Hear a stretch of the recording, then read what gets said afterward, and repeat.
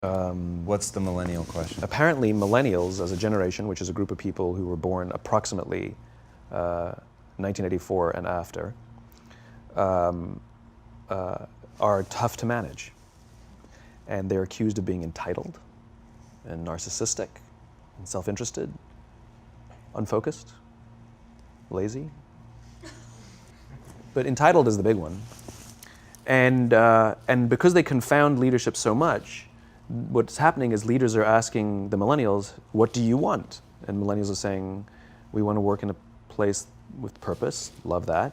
We want to make an impact, whatever that means. We want free food and beanbags. And so somebody articulates some sort of purpose, there's lots of free food and there's beanbags, and yet for some reason, they're still not happy.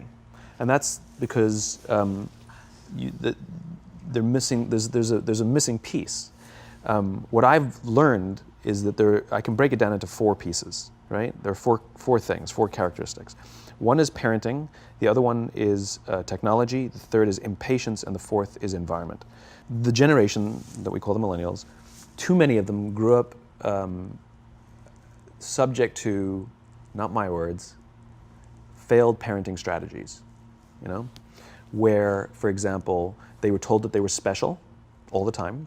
They were told that they could have anything they want in life, just because they want it, right? They were told, some of them got into honors classes, not because they deserved it, but because their parents complained. And some of them got A's, not because they earned them, but because the teachers didn't want to deal with the parents. Some kids got participation medals. You got a medal for coming in last, right? Which the science we know is pretty clear, which is it devalues the medal and the reward for those who actually work hard. And it actually makes the person who comes in last feel embarrassed because they know they didn't deserve it. So it actually makes them feel worse, right? So you take this group of people and they graduate school and they get a job and they're thrust into the real world, and in an instant they find out they're not special, their moms can't get them a promotion, that you get nothing for coming in last, and by the way, you can't just have it because you want it, right? And in an instant, their entire self-image is shattered. And so you have an entire generation that's growing up with lower self-esteem than previous generations. The other problem, to compound it, is we're growing up in a Facebook, Instagram world. In other words, we're good at putting filters on things. We're good at showing people that life is amazing even though I'm depressed, right? And so everybody sounds tough, and everybody sounds like they got it all figured out. And the reality is there's very little toughness, and most people don't have it figured out. And so when the more senior people say, well, what should we do? They sound like, this is what you got to do. And they have no clue, right? So you have an entire generation growing up with lower self-esteem than previous generations, right? Through no fault of their own, right? They were dealt a bad hand, right? Now let's add in technology. We know that engagement with social media and our cell phones releases a chemical called dopamine.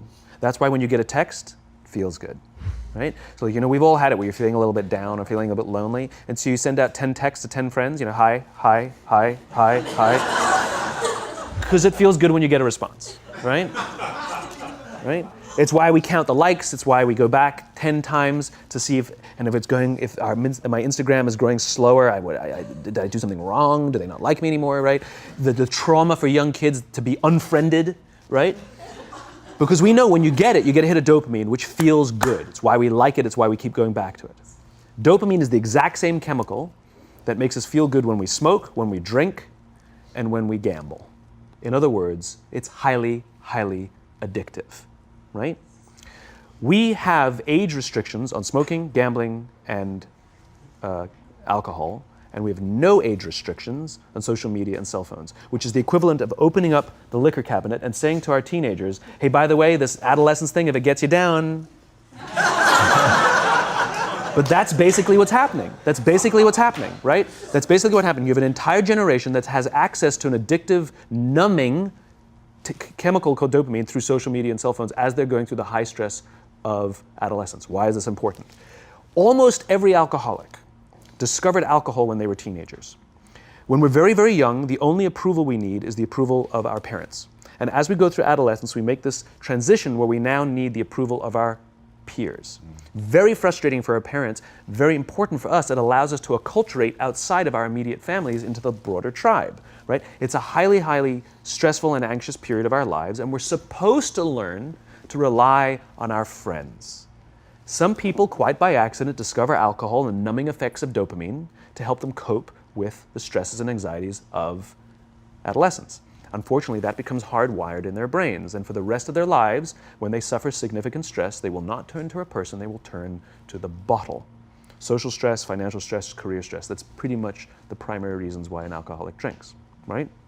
What's happening is because we're allowing unfettered access to these dopamine-producing devices and media, basically it's becoming hardwired, and what we're seeing is as they grow older, too many kids don't know how to form deep, meaningful relationships. Their words, not mine. They will admit that many of their friendships are superficial.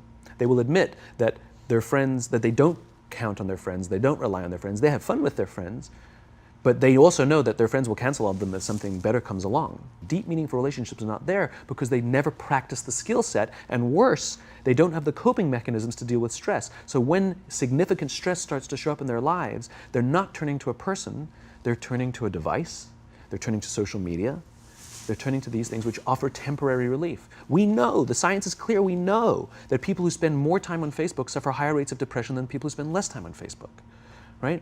These things balanced. Alcohol is not bad, too much alcohol is bad. Gambling is fun, too much gambling is dangerous, right? There's nothing wrong with social media and cell phones. It's the imbalance, right? If you're sitting at dinner with your friends and you're texting somebody who's not there, that's a problem. That's an addiction. If you're sitting in a meeting with people you're supposed to be listening to and speaking, and you put your phone on the table, face up or face down, I don't care, that sends a subconscious message to the room that you're just not that important to me right now, right? That's what happens. And the fact that you cannot put it away is because you are addicted, right? If you wake up and you check your phone before you say good morning to your girlfriend, boyfriend, or spouse, you have an addiction. And like all addiction, in time, it'll destroy relationships, it'll cost time, and it'll cost money, and it'll make your life worse, right? So you have a generation growing up with lower self-esteem that doesn't have the coping mechanisms to deal with stress, right? Now you add in the sense of impatience, right? They've grown up in a world of instant gratification. You want to buy something, you go on Amazon, it arrives the next day. You want to watch a movie? Log on and watch a movie. You don't check movie times. You want to watch a TV show? Binge. You don't even have to wait week to week to week, right? I know people who skip seasons just so they can binge at the end of the season, right? Instant gratification. You want to go on a date? You don't even have to learn how to be like, hey.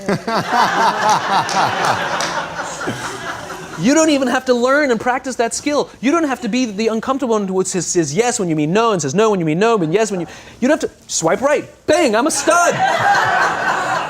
Right? You don't have to learn the social coping mechanisms, right?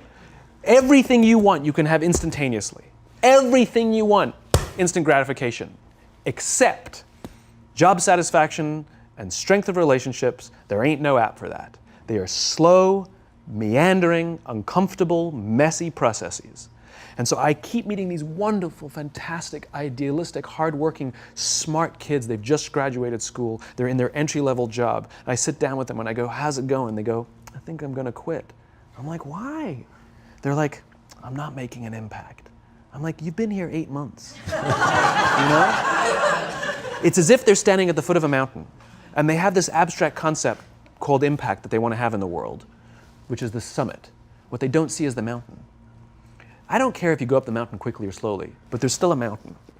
And so what this young generation needs to learn is patience. That some things that really, really matter, like love, or job fulfillment, joy, love of life, self-confidence, a skill set, any of these things, all of these things take time.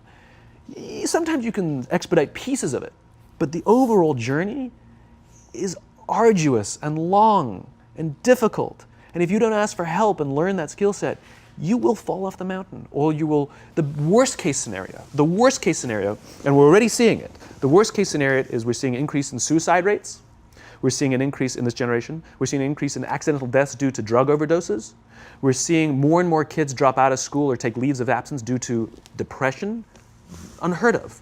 These are all, this is really bad. The best case scenario, those are all bad cases, right? The best case scenario is you'll have an entire population growing up and going through life and just never really finding joy.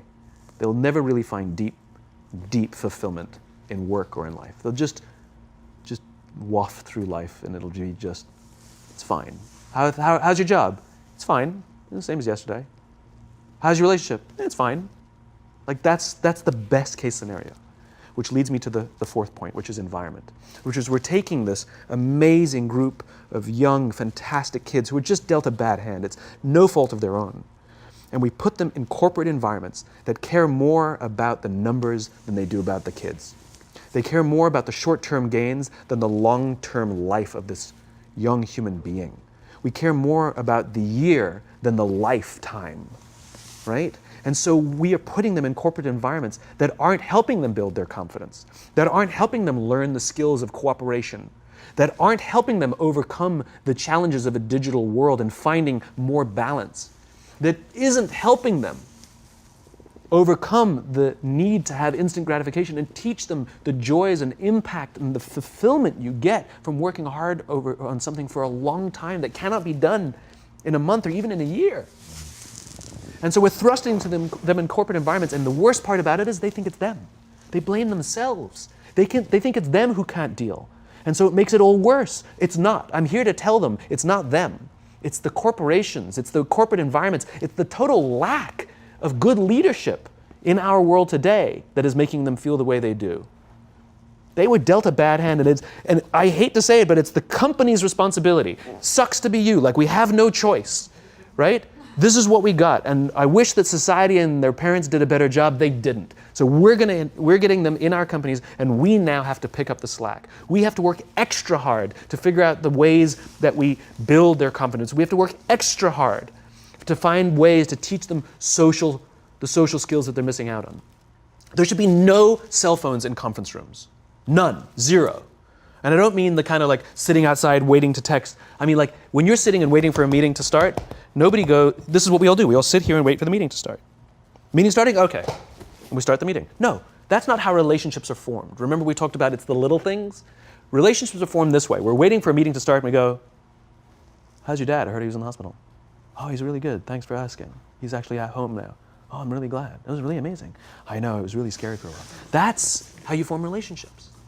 Hey, did you ever get that report done? Oh my God, no, I didn't. I'll help you out. Can I help you out with that? Really? That's how trust forms.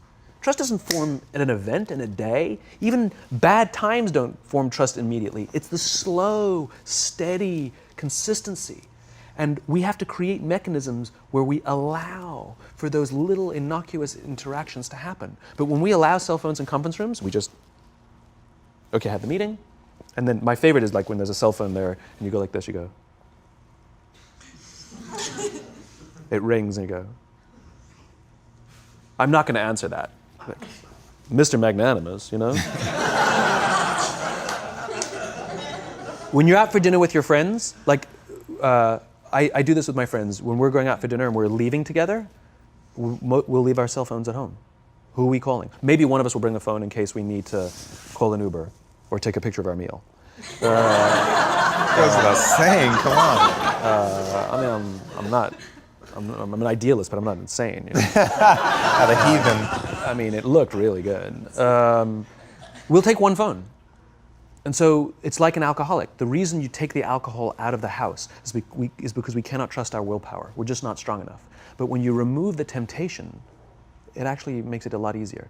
And so when you just say, don't check your phone, people literally will go like this. And somebody will go to the bathroom, and what's the first thing we do? Grab the phone. Because I wouldn't want to look around the restaurant for a minute and a half, you know? But if you don't have the phone, you just kind of enjoy the world.